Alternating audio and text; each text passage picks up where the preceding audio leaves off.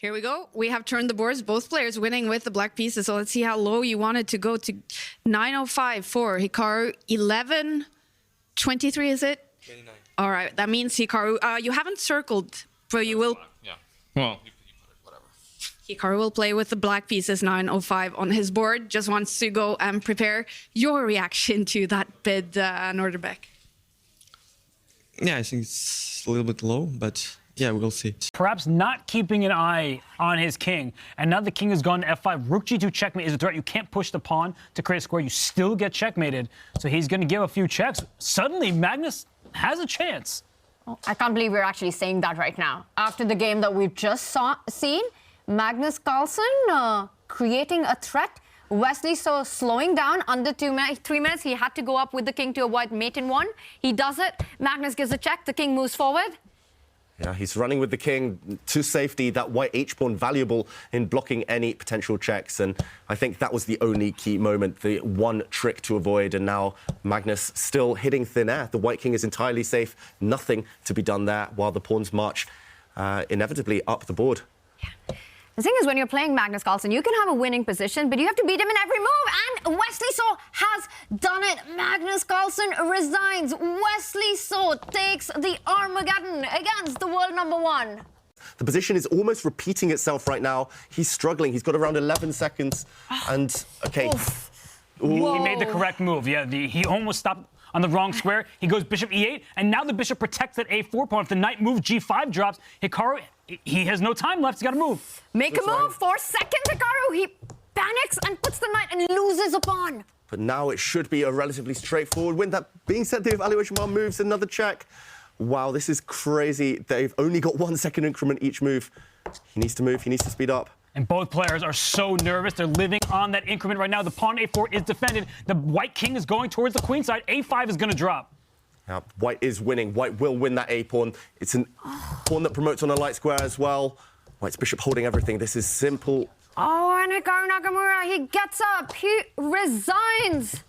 Nodirbek Abdusattorov. He reacts. He knows he's done it. He takes down the world #3 in the Armageddon. So for Hikaru Nakamura, and he was a pawn up in this game. He's down 3 pawns now. How did that even happen? It was just the clock situation. It was Abdusattorov's clear strategy from an early stage. He put pressure. Eventually, Nakamura cracked.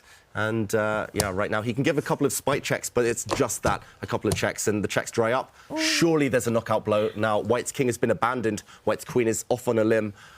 Nakamura knows that this is decisive. If Black's queen can somehow land on g2, it's over. Knight d1. Beautiful.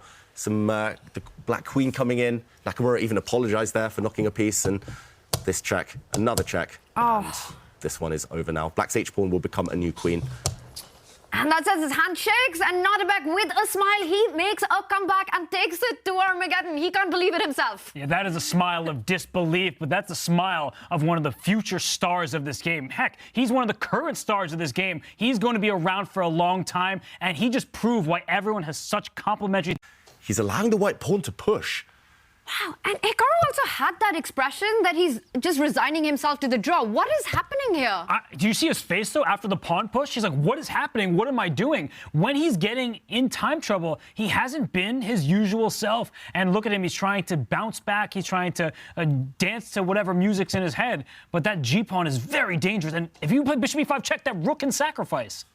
Ooh, he's pushing his own pawn, and now we will see this draw that we've been talking about as play fizzles out. He still has to be slightly careful. He played that move with 2 seconds and a head shake. Can White actually just push the g7 pawn?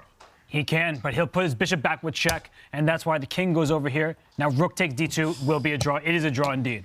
And finally it does happen, and Hikaru relieved after that draw. He tried for more, but Fabiano just keeps it all under hold. And Hikaru seems to not be able to believe what's happening in his game right now.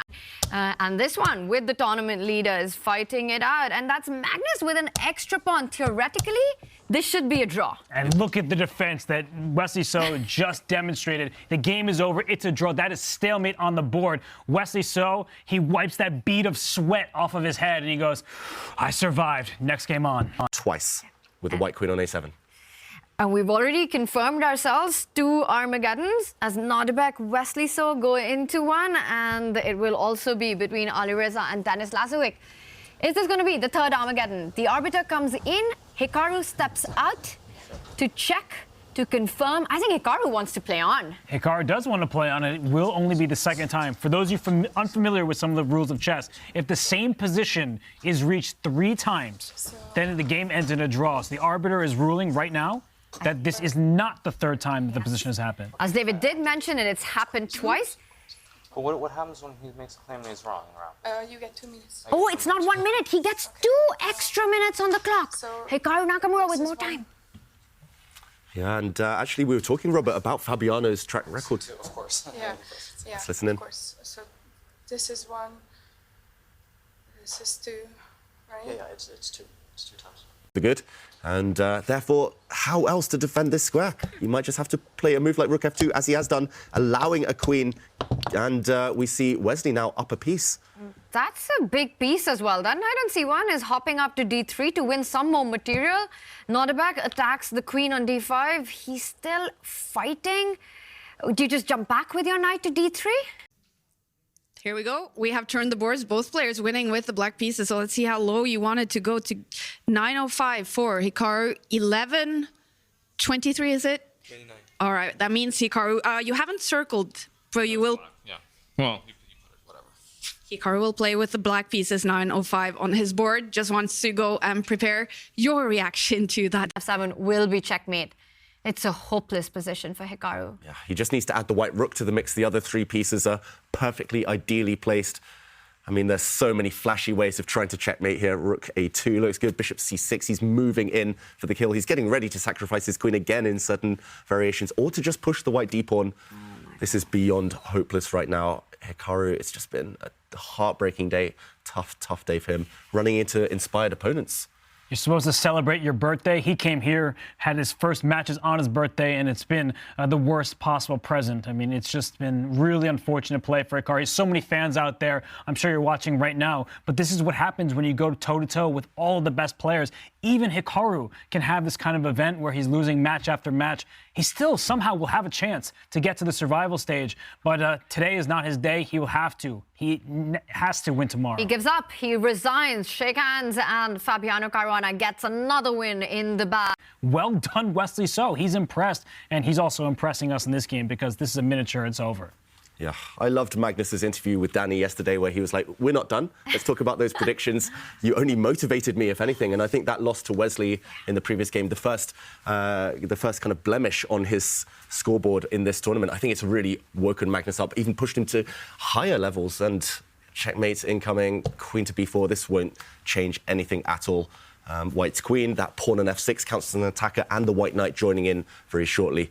Maxime's just playing on, praying for a miracle. But Magnus, after a bit of calculation, will land that killer blow. And just to understand, how do you finish it? So the knight comes in, you're threatening a mate on h7. The only way that Maxime has is to run. Magnus is showing us the way. I think we can just sit back and enjoy the beauty of Magnus Carlsen's chess. He's not even material down. And we see a handshake. Maxime resigns. Miniature, you called it, Robert. Brutal victory from Magnus. Excited. The first bids were equal, so let's see what the second bids are. You guys turn your boards. And we do have 909 and 952. That means black for you, Hikaru. What was the thought behind this second bid? Well, I get black every game, so let's see if I can do something. Okay, Bobby, how do you feel about this? Yeah, I thought we would be closer on the second one. So, okay, it's all right. We'll see how it goes. It will be exciting. Thank you for joining us. Wow, these Armageddon games will be so exciting. Back to you guys. Ma che cazzo vuole GM Moro stasera in live? Oh, GM Moro! Ma mi stai rubando la categoria, mo gli scrivo. Vediamo chi c'è, signori. Chi c'è da GM Moro lo banno. Trizzo 3, Barre. Marching very, very quickly, sprinting down the board. And that a6 pawn, that probably was meaningless because you can't bring your queen back into the game by taking the pawn next to it because then you'll face a pin. So he goes queen b6, not taking the pawn. He's desperately trying to get his queen back, but look at Hikaru. He's keeping pace, and now Nodirbek down to his final seconds. He might lose on time. Make a move. Oh, 1 second he made that move with, and it was a mistake. Now black's just coming in. Black's queen can take a pawn on c3. Black can push a pawn to e2. Black's knight is coming to f4. Everything Nakamura, he's too quick, and Abdusattorov, again, he made that move with 1 second left. Look at that white rook suddenly on H2. It's loose, it's going to drop off. Naka's class is shining through here. Is Nodirbek about to get flagged?